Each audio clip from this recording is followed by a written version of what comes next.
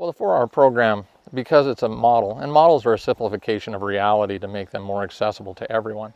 One of the nice things about the 4R model or system is it highlights the fact that environmental protection and profitability are not antagonistic.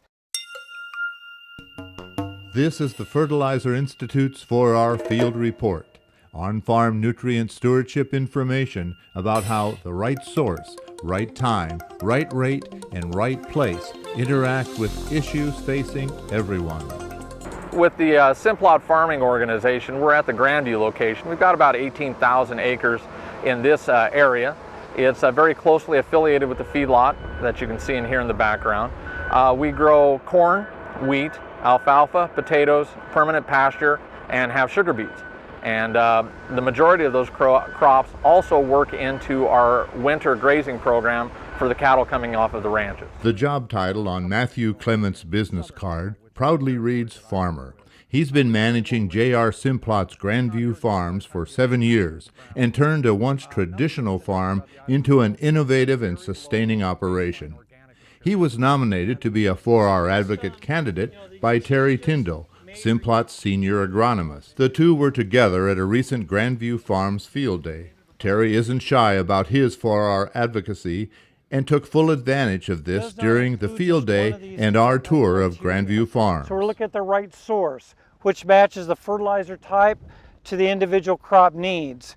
We can move on and balance that with the right rate of fertilizer. Certainly matches the amount of fertilizer applied with the crop requirements. But that's not all.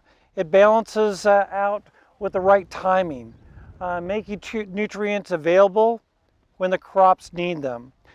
We finish that out with the right placement, keeping nutrients where the crops can use them the most. The 4Rs are really codification or a formalization of principles that have been around since agriculture has been done.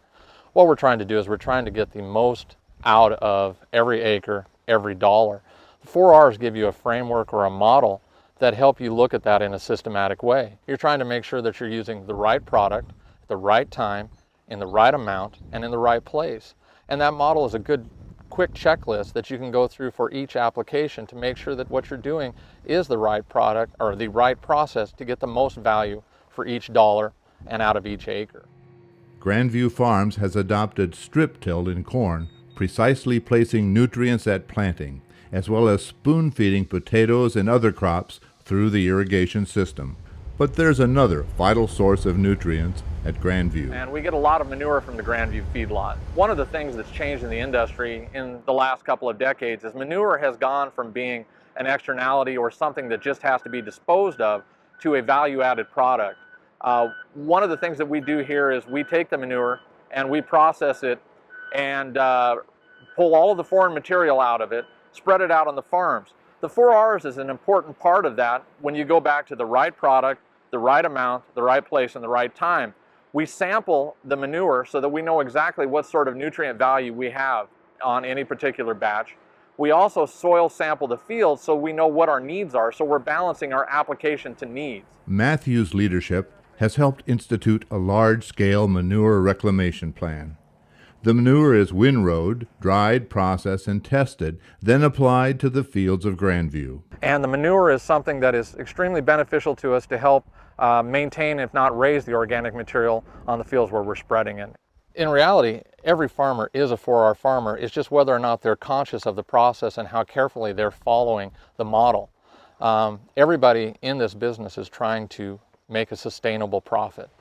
Farming is interesting compared to a lot of other manufacturing industries in that our assets appreciate through time. You compare that against a factory. The day that you build a factory, it starts to depreciate or lose value through time. Farm ground, almost without exception, if you look at a 10-year horizon, is worth more 10 years from now than it is now.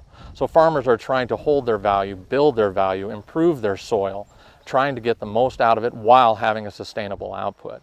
I think to answer your question on what would be a 4R farmer, in this context would be one who's using the model in a more structured way and going through the checklist on each of their applications. For more information about the 4Rs, visit nutrientstewardship.com. JRSimplot's.com.